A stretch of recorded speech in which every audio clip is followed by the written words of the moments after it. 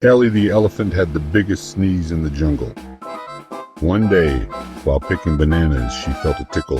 Achoo! Her sneeze blew off birds' hats, rolled a tiger into a mud puddle, and even made a giraffe's glasses fly. Oh no, I didn't mean to. But then a baby monkey got stuck high in a tree.